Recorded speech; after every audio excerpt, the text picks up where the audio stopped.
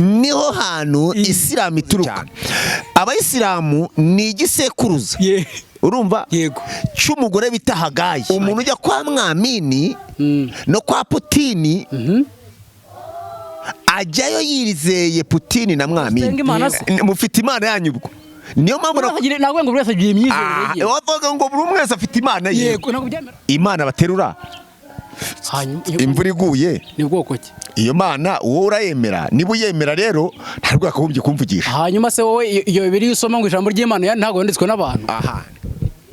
Utemera ko Imana pasiteri? Yego. Nanjye nabyisanzemo. Shalom shalom nshuti banywanyi ba News Africa ara twongeye kubahereza ikazi, twongeye kubyuka, twagarutse kandi twagarukanye amahoro y'Imana. None twaje mu ijambo ry'Imana, twaje kwibutsa yuko News Africa ihari. Uyu munsi rero dufite abatumirwa uko ari babiri murimo kubona hano kuri kamera. Nge uri kuri microphone, amazina ni yayandi ntiyigeze ahinduka. Hanyuma twaba dufite abatumirwa babiri, umwe ni ubwa mbere mumubonye kuri kamera ariko yarasanzwe ahabaye ku bwanyu ndetse ku bwa News Africa ndetse na ni gospel. Reka uyu wo ku ruhande mubona nawe ni pastor, muramumenyereye nk'umutumirwa mu biganiro twajyaga dukorana kuri ni gospel. Rero yaje nangaha kuri News Africa. Reka tubahereze umwanya, duhere kuri pastor abanze asuhuze abakunzi ba News Africa. Turabashuje mu izina ry'umwami wacu Yesu Kristo, amahoro n'abane namwe. Pastor meze mute? Turashima uhoraho. Duherukana turimo gukora kuri ni gospel TV, none hanga tuguhaye ikaze kuri News Africa. Murakoze cyane. Yego, wabanza ukibwira noneho abantu bakurikira News Africa batari bakumenya. Abaduteze amatwi cyangwa se abaduhanze amaso, amazina ni Pasiteri Ukurikije Matayo. Niyo mazina yanjye nk'abanyoboye itorero Testify that Jesus Christ is King. Mu Kinyarwanda. Mu Kinyarwanda nabahamya ko Yesu Kristo ari umwami. Pastor Matayo, reka tugushimire n'ukuri wipresence neza cyane. Reka noneho twakire n'umujene. Biragoye ko muri imitwe yabona n'umujene arimo kuvuga ijambo ry'Imana. Pastor, n'ukuri ko Imana ngenda ndanezerewe kubw'uyu mwanya. Nawe reka tumuhereze ikaze nawe yibwire abakunzi ba News Africa. Pastor, wamfashwa mwegereza ako kazindaro. Murakoze cyane.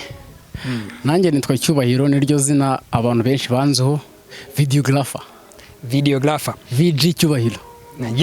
Ariko inadusobanuye VG mu Kinyarwanda amagambo arambuye.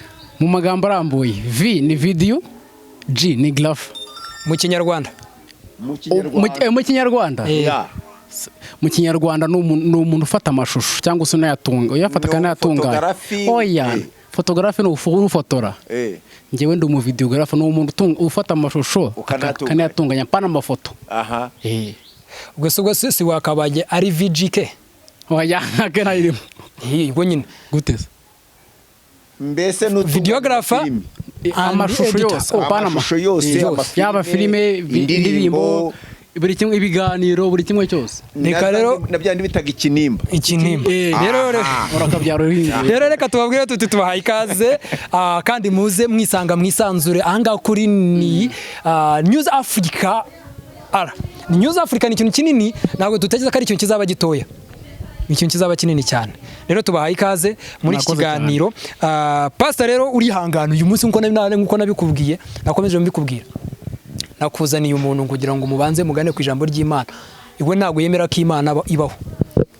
Uyu munsi bakunzi ba News Africa, nicyo tugiye kuvugaho. Ese Pastor, Imana koko ibaho? Tubwire ukuntu Imana ibaho. Utemera ko Imana ibaho, uwo yarapfuye.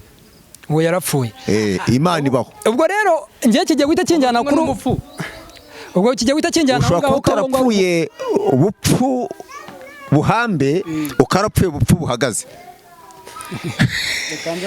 None rero ngiye mba nka wa mugabo uvuga ngo nirenga nkumene. Ngiye nari ndimo kubatiranya. Ese koko uko bakwisa umupfu wowe urabyumva gute, ubibona gute? Ngo ngiye mbimubwire neza. Iza kuri ndangurura amajwi aho gato umbwire ku buntu Imana ibaho, uvuge no kuntu umuntu yapfuye ariho ahagaze ari muzima n'umuntu ufite ubwenge n'ibitekerezo umbwire ukuntu yapfuye. Buriya inshuti z'umusaraba abaduteza amatwi, hari ibintu abantu muri no minsi bajya bihandagaza. Burya umunyarwanda aca umugani avuga ngo ntawuvumira umuzimu mu ndaro. Arongera aca umugani avuga ngo kirazira kurira uburiri bwa so. Ubundi ibyo ni ibintu bibiri bizira. Kirazira. Hanyuma ntabwo kizira ukomeza ntabwo uciye mu ijana. Kirazira no kuvuga ngo Imana ntiriho. Kandi yaturemye ishusho mu ishusho yayo. Hanyuma iyo Mana urayizi, urayibonye se? Iyo Mana se? Iyo Mana urayibonye? Ubonye ishusho yawe ugira ngo niyo y'Imana? Aha, kagira inkuru n'umunwa muremure. Aha, ako kana. Buriya niba utemera Imana nta nubwo wemera so wakubyaye. Oya, wimvugira ndivugira. Aha. Wimvugira uri pasiteri yego? Yego. Ako nanjye ndi umuntu mu myemerere yanjye. Aha, wemera iki? Wemera ryangombe? Oya. Wemera Satani? Reka. Wemera so? Ashwe. Wemera nyoko? Biterwa n'uburyo kumbaza mwemera mu buhe buryo? Mu buryo bw'umwuka? Oya, turi mu buryo bw'iki? N'umwuka n'umubiri. Ntabwo nzi uburyo bwawe. Reka ushobora kuvuga ko wenda ari umwuka kandi ari umubiri wemera. Kuko umbajije Imana kandi Imana ni umwuka. Uretse gato. Abiyita abakozi b'Imana mwese siko ariko mumeze. Ni abayita. Abiyita abakozi b'Imana. Ni bande babiyita? Benshi muri mwe. None kuganga kanyanditseho ngo ndi pasiteri. Nubyemera kuri pasiteri? Kuki uri nyita? Nuko wabaye nuko ariko witwa. Indese. Nese bigeze bavuga ngo reka tuyakora ngo matayo ngo yabaye pasiteri cyangwa warabyise wowe. Indese. Wowe nabyitiye he? Urahazi se? Aho guhasobanura. Ahubwo ikibazo nuko waje nawe unyita pasiteri. Reka ntabwo pasiteri. Niko wena kwita pasiteri ariko kuki wari nyise? Uvuga ngo ni iki yitiri ni izina. Nyumva neza. Yego. Ubushize muri ni gospel TV. Aha, nababwiye ijambo rimwe nabavuga ngo ihene ntizaba intama. None reka nkubwire rero. Ariko hari ntama hari n'amahene. Uretse hari ibirura byambaye uruhu rw'intama. Ari ibirura. Ubibwirwa n'ikirero sasa. Kw'ikirura kigira amenyo maremare. Yego. Kikagira amatwi abanguye nk'ay'ingurube. None intama ikabigira amatwi amanuye. Icyo kiruru kibwirwa n'iki? Ku myaka ufite ntabwo wemera ko hari ikiro cyambaye uruhu rw'intama ngo bikunde. Ntabwo naza nigeze umuntu mwiza kandi umuntu mubi nkaza nkakugira nabi. Mu myaka ari wagira. Mu myaka ufite. Ikirura wakibona? Ndakizi.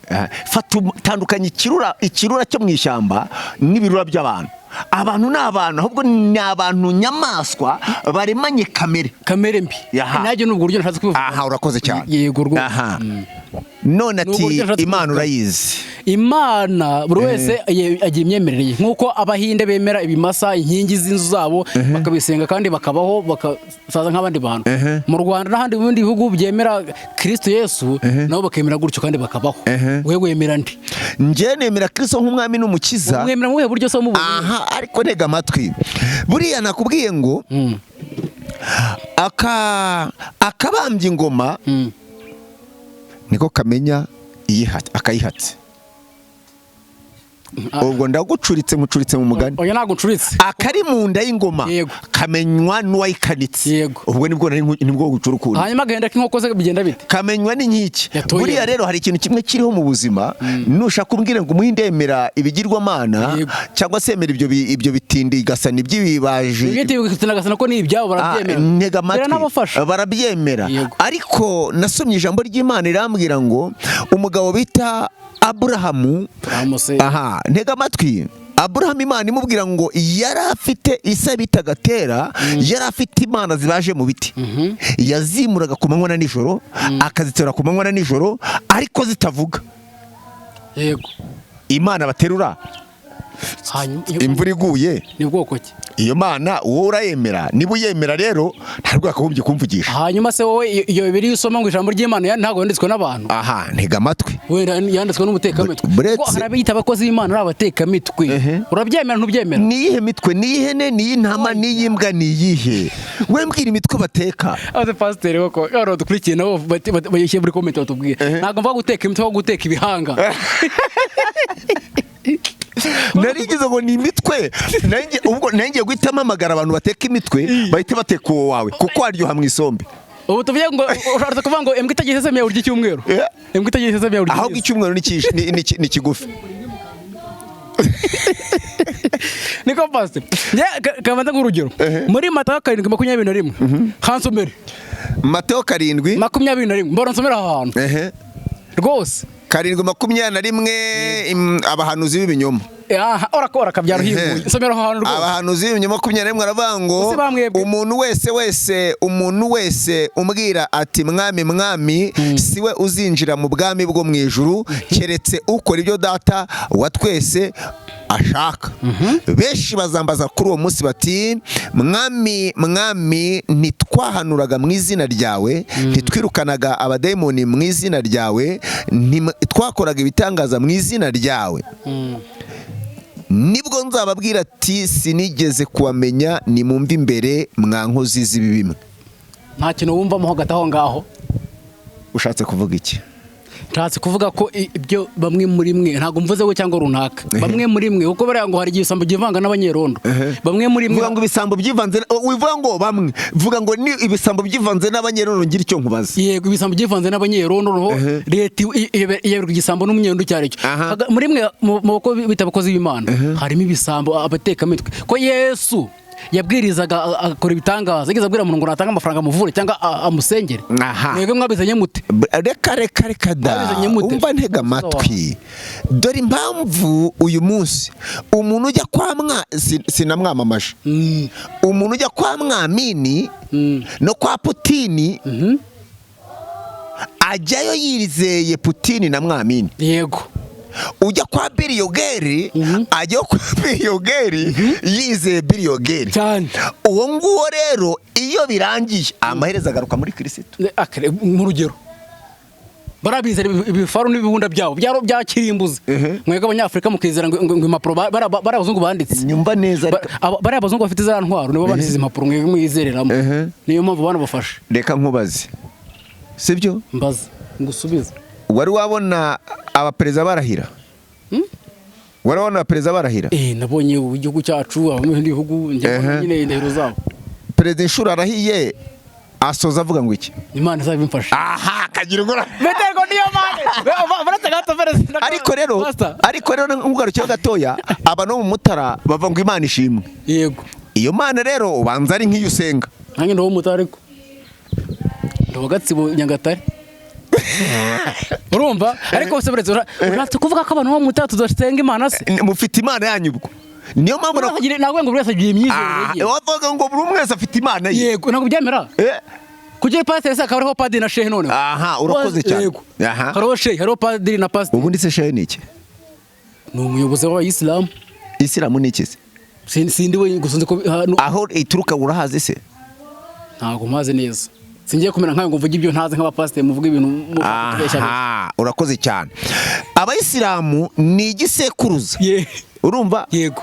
Cy'umugore bita Hagayi. Buretse se ntega amatwi. Mwabakristo mwe budukurikiye. Buretse ni igisekuruza cy'umugore bita Hagayi amaze kubyara Ishimayeli. Ako naho utashakishije naho gezemo. Uranyuma.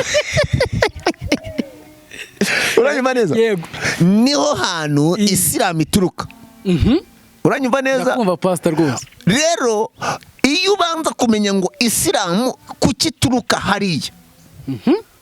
Ubwo tugarutse ku Mana nabo bavuga Imana.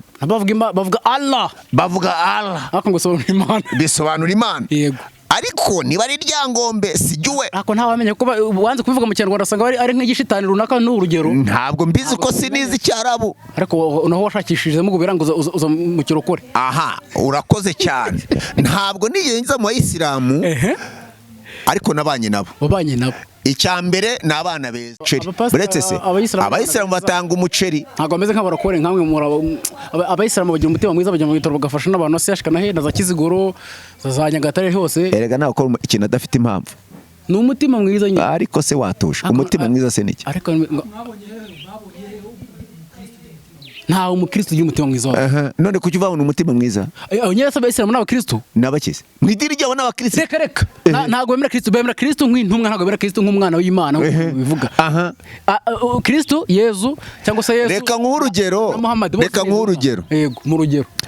Ngiye ndi pasiteri. Yego. Nanjye nabyisanzemo. Sibyo?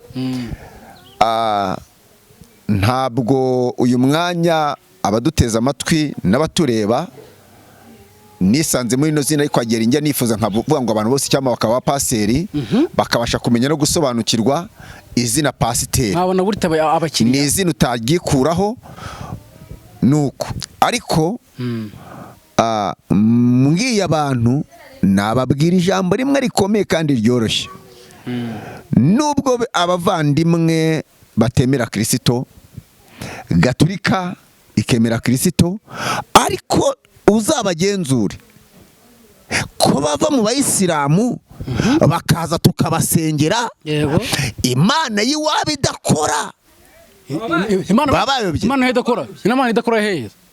Ndetse ntabava mu barakora bakajya mu bayisilamu bakatoza shahadu bavuye mu baba bagiye gushaka kugira ngo reko bazajya imaka bakaza ari bashe bakazana amafaranga. Nkuko namwe mwagiye mu madini mwabaye pasiteri kugira ngo mujye umpaya ngahe. Uretse maze nkubwira wabaye pasiteri kugira ngo ushaka abakiriya bajya baguha ibiceri. None ka nkubaza wambare kote neza nk'iri ngiyi ariko uranaribona. Nabibona sha wambaye neza pe. Uraribona rego ufite umushinga umushinga rero kagira inkuru n'umunwa muremure ntega amatwi.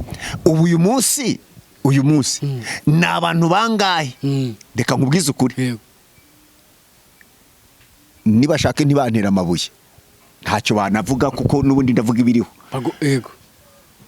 Ku munsi w'inteko badacishije mikorofone nta muntu wajya mu nteko. Yego aho turemeranyaho inama ibaye ntibacishemo mikorofone ntawajya kuri stade. Ari itangazo iciye kuri radiyo ngo ejo hazaba inama nuko ntibaciye mikorofone mu ngo wahwiture, ntawajya heshye muri iyo nteko cya kuri stade. Badafungishije ububari n'amabutike ntawajya muri iyo nama. Bakabara nkumva Mitsenge naye kombo yagatsindwa.